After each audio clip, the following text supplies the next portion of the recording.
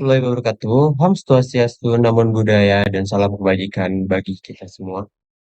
Yang saya hormati, dosen pengampu kami pada mata kuliah Corporate Social Responsibility, Ibu Rona Tumiur Mauli C. Simorangkir, SE, MM, dan yang kami hormati pula teman-teman sekalian, izinkan kami dari kelompok 7 presentasikan analisis program CSR di Indonesia pada perusahaan BUMN, BUMD, perusahaan PMA, dan perusahaan PMDN.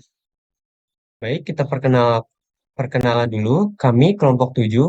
Saya sendiri Gigi Bos Pangestu, Alwan Yazid, Muhammad Farhan Anansyah, Kaila Ramadinda, Anissa Anggrayeni, Dea Almira Pramono, Dika Dewi Indang Ayu.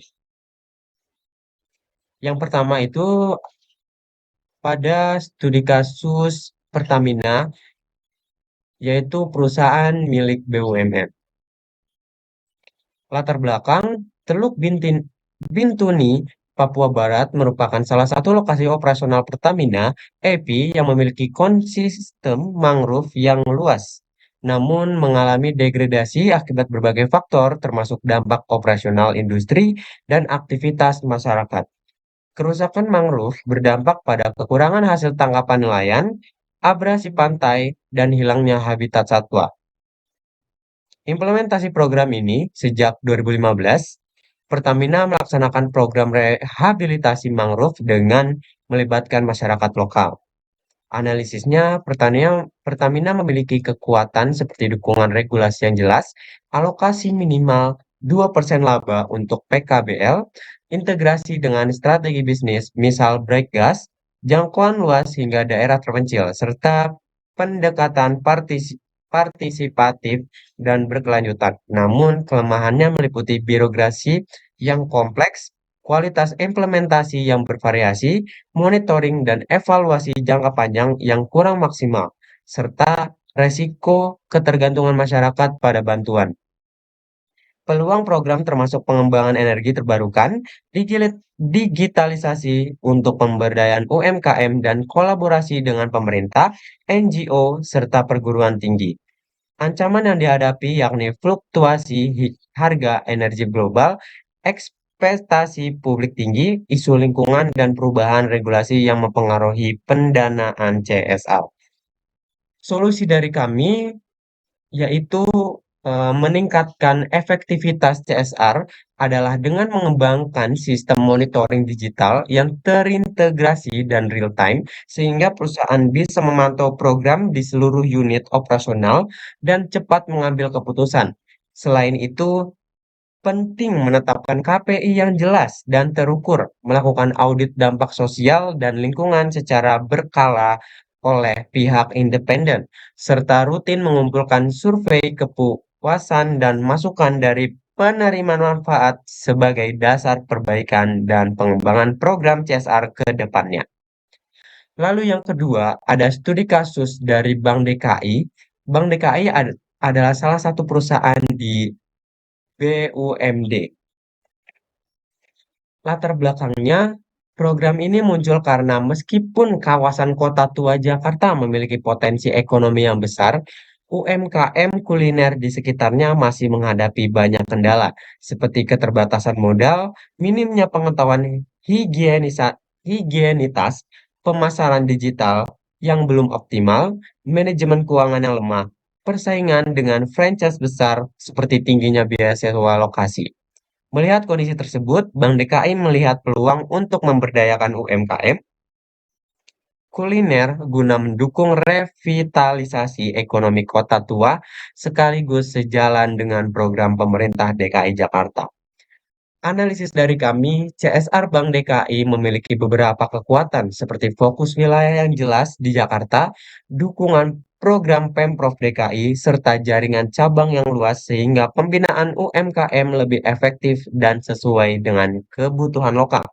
Namun, program ini juga punya keterbatasan seperti jangkauan yang sempit, SDM dan anggaran yang terbatas, serta dokumentasi dampak yang belum optimal. Meskipun peluang digitalisasi dan smart city cukup besar, ancaman seperti persaingan bank nasional, dinamika politik, dan kerentanan ekonomi tetap perlu diwaspadai. Solusi dari kami adalah Super Bank App atau Super App Bank DKI UMKM Connect.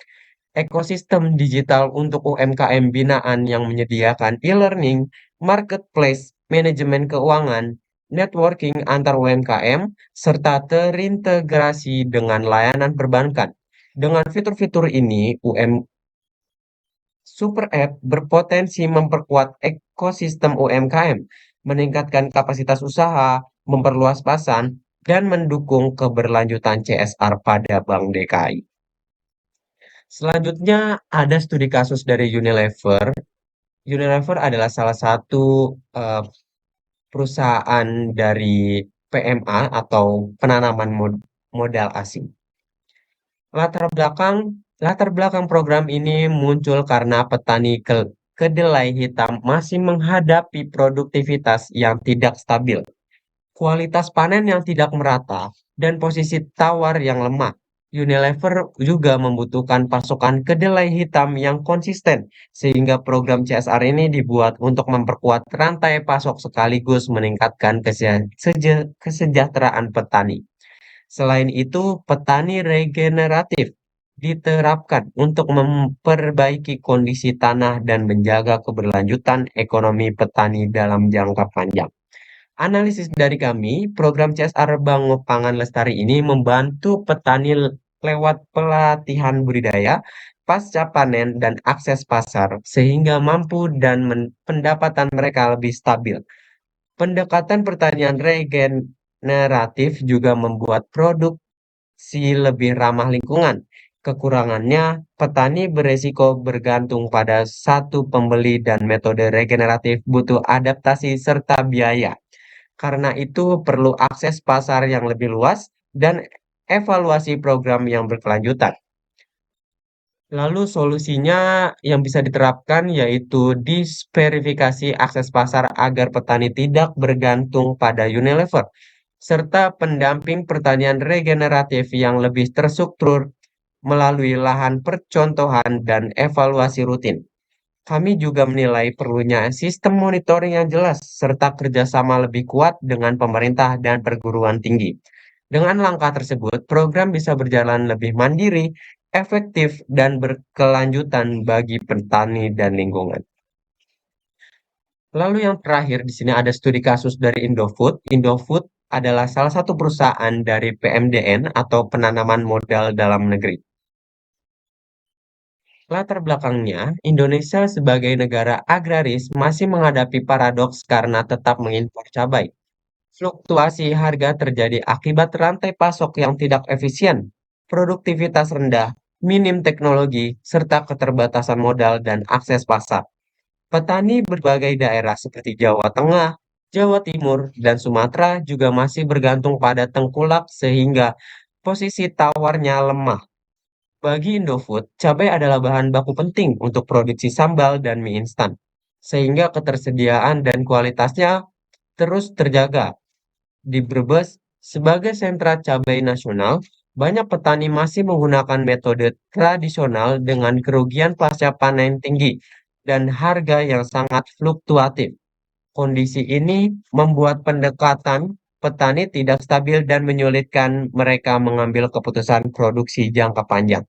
Analisis dari kami, program ini dinilai efektif meningkatkan kemampuan petani melalui pendekatan terpadu seperti riset varietas unggul, pelatihan teknis budidaya, dan jaminan pasar lewat skema off-taker. Teknologi seperti greenhouse, irigasi tetes, dan pengendalian hama terpadu juga membantu meningkatkan produktivitas. Program turut memperkuat posisi tawar petani melalui pembentukan kelompok tani atau koperasi, akses pembiayaan kemitraan, serta pendampingan intensif dari tim pengembangan pertanian Indofood. Namun, program ini masih memiliki beberapa kelemahan. Cakupannya terbatas dan belum menyentuh seluruh sentra cabai nasional. Ketergantungan pada satu off-taker beresiko menimbulkan monopsoni jika pasar tidak diversifikasi. Tantangan lain meliputi sulitnya adopsi teknologi oleh petani kecil, belum adanya mekanisme transisi jika program berhenti, serta koordinasi yang kurang optimal dengan program pemerintah sehingga berpotensi menimbulkan tumpang tindih kegiatan. Solusi menurut kelompok kami, pengembangan hub agrikultur penting sebagai pusat pelatihan dan demo teknologi, sekaligus memperkuat jangkauan program. Peningkatan kapasitas petani juga jadi fokus utama, seperti pelatihan manajemen keuangan, penguatan kelompok tani atau koperasi, dan dorongan untuk regenerasi petani muda. Adopsi teknologi mulai dari aplikasi mobile, LOT untuk pertanian presisi, hingga fasilitas laboratorium dan cold chain sangat membantu meningkatkan efisiensi produksi. Diversifikasi pasar juga wajib agar petani tidak bergantung pada satu pembeli. Ini bisa dilakukan lewat asuransi, stabilitas harga, dan pasal alternatif kolaborasi dengan pemerintah, kampus, dan lembaga keuangan penting untuk mendukung riset dan pembiayaan. Selain itu, perlu sistem monitoring dan evaluasi untuk melihat dampak program.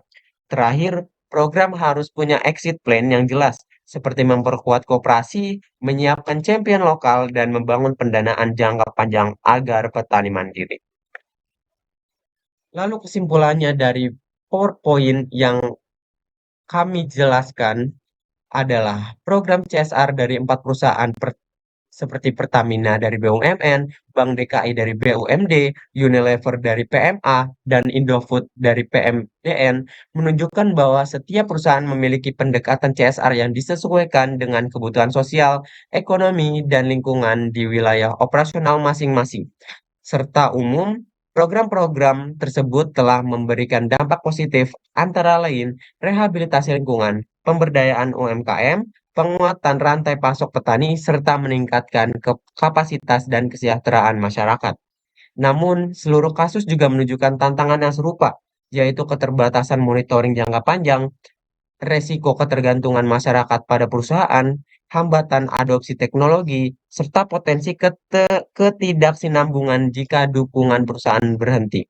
Oleh karena itu, solusi strategis yang diusulkan seperti digitalisasi monitoring CSR, super app UMKM, diverifikasi pasar petani, kolaborasi multi pihak, dan penguatan kelembagaan lokal menjadi penting untuk memastikan keberlanjutan dampak CSR.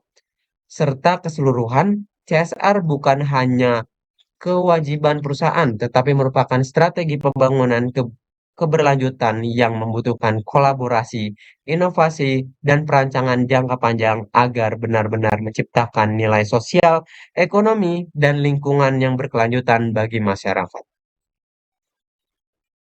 Terima kasih, mungkin itu saja pemaparan materi dari kelompok 7.